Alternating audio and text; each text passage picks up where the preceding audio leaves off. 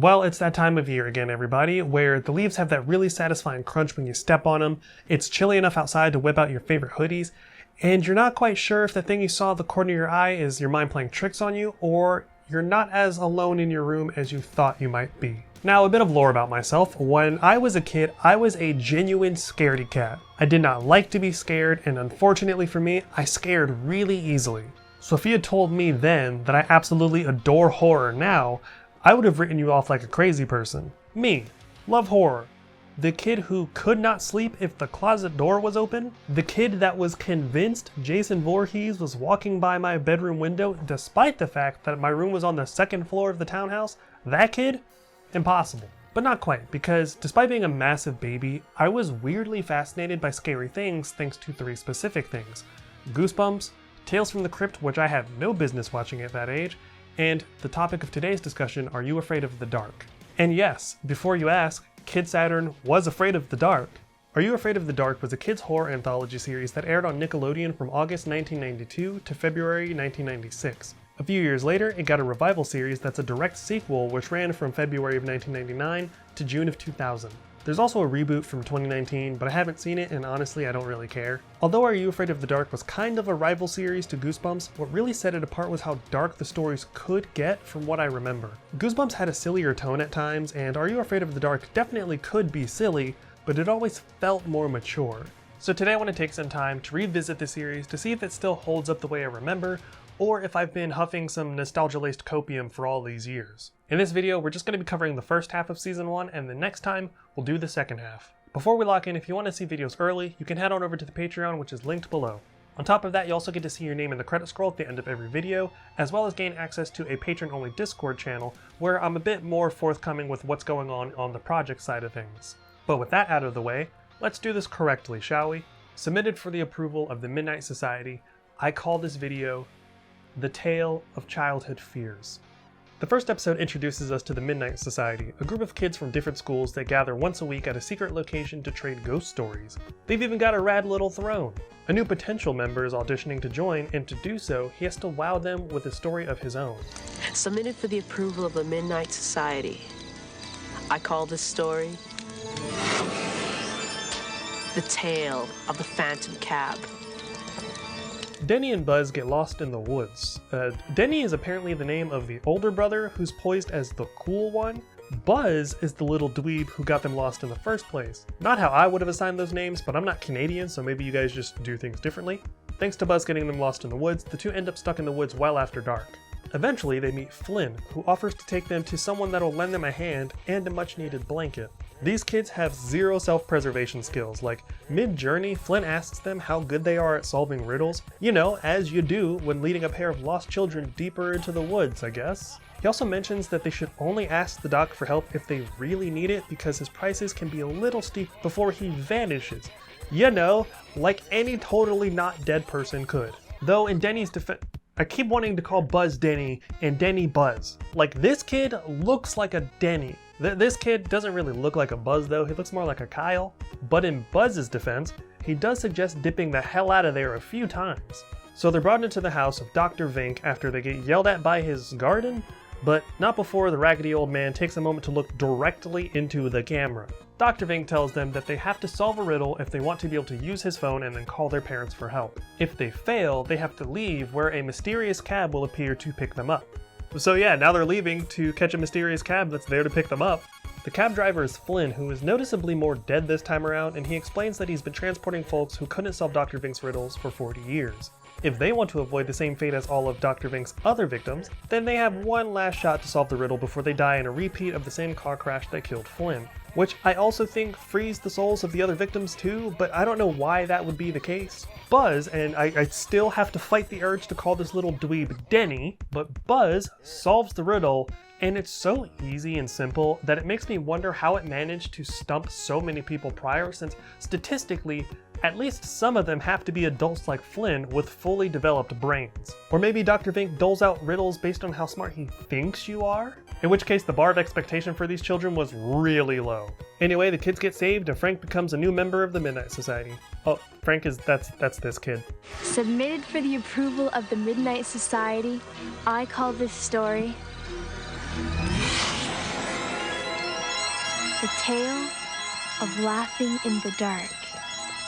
So this story is about a haunted funhouse called Laughing in the Dark, but before we get to that, one of the members of the Midnight Society starts to dip out because she's afraid of clowns, and this is a story that involves a clown. But weirdly enough, her friends low-key shame her into sticking around for the remainder of the story. That would be like me telling you that I am deeply arachnophobic while we're hanging out, and then you decide to pop on the movie Arachnophobia and then shame me into sitting through it with you.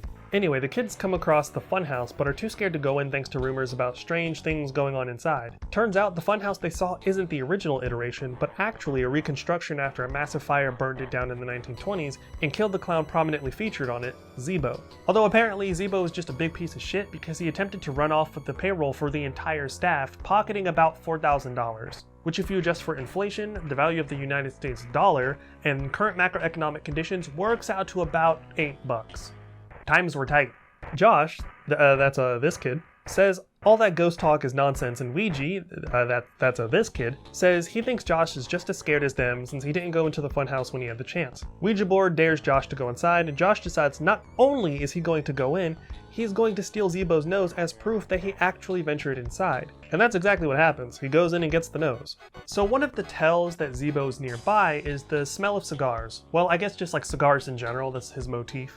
But unless one of Josh's parents is insufferably pretentious, how does he even know what a cigar smells like? Like, I couldn't even readily identify the smell of a cigar, and I've been trapped on Earth for decades now. Also, I know I'm getting old because when we're first shown the front of Ouija's house, literally my first thought was that I could not even begin to imagine how expensive that house would be on today's market. Just sitting there fucking scrolling through Zillow longingly, like, I'll buy you one day. Oh yeah, and Josh is now being pursued by Zebo, who wants his nose back. I guess that is more important than the market value of the suburban home. Let me cope. My generation can't afford a house anymore. Credit where credit is due though, when Josh starts getting scared, the first thing he does is grab a baseball bat. Also, the build-up in the house sequence is actually pretty good. Like, there's a moment when he calls Ouija, who called him earlier in the scene, to make sure he wasn't being pranked. While they're on the phone, you can hear someone pick up one of the other house phones, because this is a landline, which makes me feel really old suddenly. At first, Josh thinks it's Ouija's sister eavesdropping, but then Ouija says they only have one phone in their house, so whoever it is that picked up the phone has to be in Josh's house. There's also this cool moment immediately afterward where a balloon is inflated under the door with the phrase "give it back" on it, something Zebo has said a few times during the house sequence. At this point, Josh is like, fuck it, and takes the nose back to the funhouse to return it to Zebo. And also somehow has cigars to give as a peace offering. Like, the 90s were a weird time, I guess. You just had to be there. Submitted for the approval of the Midnight Society. I call this story The Tale of the Lonely Ghost. This story follows Amanda, who shipped off to spend the summer with her aunt and her cousin Beth while her parents are off working. Notably, a mysterious empty house that no one seems interested in buying is conveniently located next door. A house where spooky banging sounds come from. Right off the gate, her cousin Beth is a total bitch for no real reason. But I feel like we all have a family member that's just like that. But Beth immediately gets to bullying this total cinnamon roll of a kid. Amanda just wants to hang with her cousin, but Beth tells her before she's even allowed to do that, she needs to spend the night in the haunted house next door. Amanda meets Nanny, and before she can shake her hand, Beth is like, hey dog, if you do that, I'm gonna treat you like a leper for the rest of your existence. Beth then goes on to invite Amanda to a pool party on Saturday, but it's clearly not sincere. It's more of a, oh, I bet you wanna come, but you gotta risk your life and sanity next door first, loser. Bro, this poor old lady has to listen to people talking about her like she's not there, and it's so lame. Beth and her mom both kinda suck. Now, we get some backstory from Beth, who's a bitch to even her own friends. Like, they don't even seem like they like her. Anyway, she tells a story about a little girl who was supposed to go stay with her grandmother so that her mother could go tend to her sick father somewhere, but when the girl sets off to her grandmother's place, she's chased back home by a group of bullies, and Amanda doesn't even clock that she's currently surrounded by bullies, but whatever. The story will come back around later, but I initially wrote it off because I just assumed Beth was bullshitting. Amanda goes on to venture into the house, and it isn't long before the banging continues, and she finds herself face to face with a ghost that is asking her for help. However, this ghost that needs her help proceeds to then scare the piss out of her. Listen, I'm not a professional or anything, but that doesn't really seem like the best way to get your only hope to engage in rescue efforts. So Amanda runs home and tells her aunt what happened, and naturally, not believing her, she makes Amanda and Beth go over there and scrub the writing off the walls. Needless to say, Beth is even bitchier now. Beth's lack of survival instinct needs to be studied because the moment something completely unreal happens, she basically throws herself right into it without thinking, I don't think mirrors are supposed to work like this. When Beth goes into the mirror, the ghostly girl from the previous night comes out, essentially trading places. The ghost girl once again asks Amanda for help and gives her a locket that has a picture of Nanny in it. Turns out, Nanny is the kid's mom. So Amanda rushes off to get Nanny while Beth is freaking out because she's trapped and can't be seen. Good for her. So Amanda skedaddles back to the house, runs all over the house looking for Nanny, and then looks out a window and sees that Nanny is currently getting her stuff loaded into a taxi. But how did you miss that on the way in? You had to pass the area you saw to get to the front door. Amanda shows Nanny the locket and then drags this poor woman back into a home filled with bad memories and trauma. But Nanny is reunited with her dead daughter, and turns out the story Beth told wasn't BS. Very basically, Nanny sent her daughter off to her grandmother's house so that she could go off and tend to her sick spouse. When the bullies chased her back home in the absence of her mother, they trapped her in a closet and left her there. Nanny was already gone, and the grandmother had no idea the little girl was supposed to be arriving, which is just bad planning and parenting on Nanny's part. And unfortunately, the little girl was mute, so she couldn't even call for help. And ultimately she died there because Nanny was away for several weeks. Her ghost went on to occupy the mirror on the closet door because she never got closure with her mother, who was now too heartbroken to remain living in the house. So pretty bleak stuff here. After those two are reunited, Beth is released to the interior of the closet, and Amanda only lets her out after she promises to stop being a piece of shit to her and her friends. Submitted for the approval of the Midnight Society. I call this story The Tale of the Twisted Claw. The story follows Kevin and Teach Me How to Dougie as they get up to some shenanigans starting on Mischief Night, which is apparently what the night before Halloween is called. Also, this isn't really important at all, but Kevin calls Dougie a dipwad, but because of how he says it, it sounds like he calls him a dickwad, and I just found it really funny. What are you doing, dipwad? She might hear us. They go to spray shaving cream on this lady's door, who they call the witch, but she opens it before they do, which leads to a face covered in shaving cream. Then she has a laugh about it on her porch as the kids are running, but not a haha you got me good, but the kind of laugh that makes you feel like you need to ask her if she knows what year it is. So the next night, naturally, they go out to trick or treat, but Kevin thinks it'd be such a good idea if they go back to the old lady's house. That way they can say that they were the only ones brave enough to do it, because we don't see anyone else approach this house on Halloween night. Dougie is not down for this shit, but Kevin tells him that if he doesn't, he'll tell everyone that he ran back to mommy like a little bitch.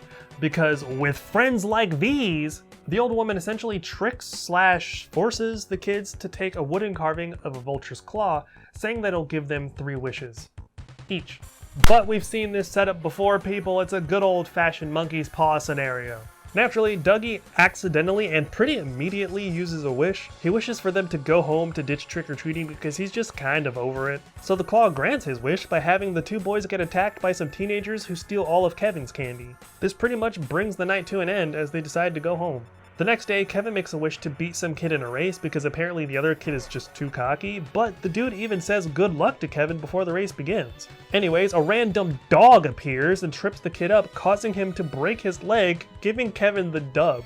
The dog just spawns from behind a tree. It's pretty funny.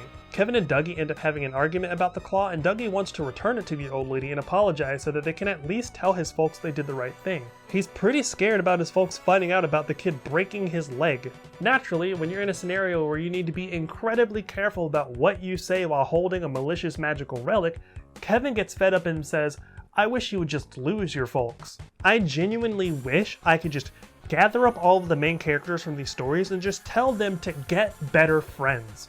Because yeah, Kevin just inadvertently made a wish that now has Dougie teetering on orphan status. And then Dougie accidentally makes a wish for his grandfather to be there because he would know what to do. There's just one problem with that. His grandfather is dead. With the unseen, potentially zombie grandfather at the front door, Dougie uses their final wish to reset the timeline by apologizing and wishing they hadn't gotten the old lady's vase broken, which was an important detail I neglected to mention, but everything is back to normal now. Hooray! Submitted for the approval of the Midnight Society.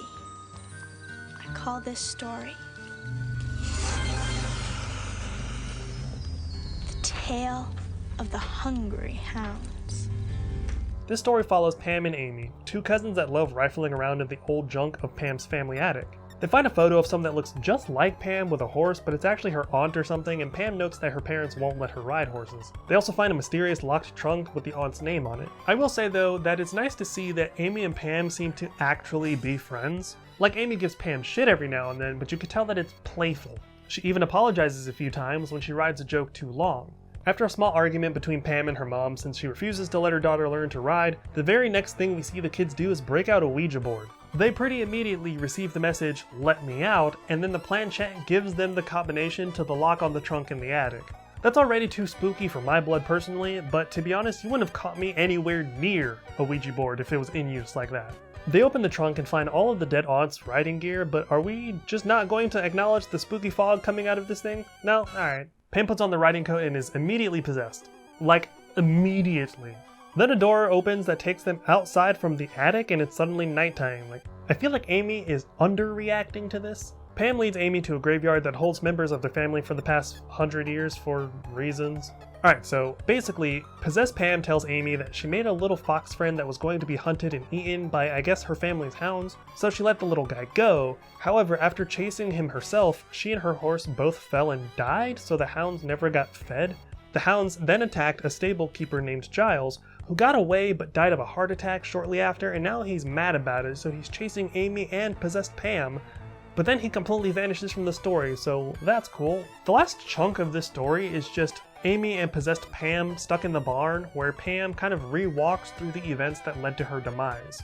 Although this time, she allows the hounds to chase the fox, presumably tearing the fox apart, and this, I guess, puts the dead aunt's spirit to rest? I don't know, man, but this was easily the weakest one so far. Submitted for the approval of the Midnight Society. I call this story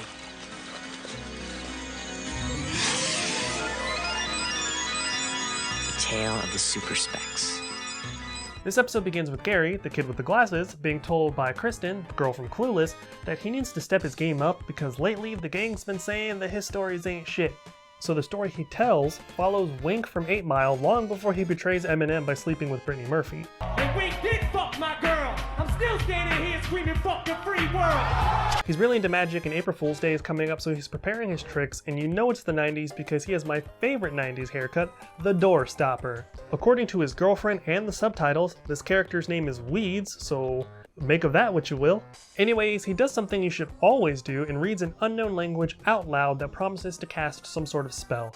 Because he's just kind of having a laugh, he doesn't realize the spell actually worked on the glasses on the table. It's made very clear very quickly that Weeds isn't exactly what you would consider a mature kid, which makes me wonder why this girl even bothers with him, especially since she's the one who brought up his immaturity in the first place. The shop owner, Sardo, also seems to hate this kid but doesn't miss a sale. Weeds ends up purchasing a pair of the glasses he inadvertently enchanted.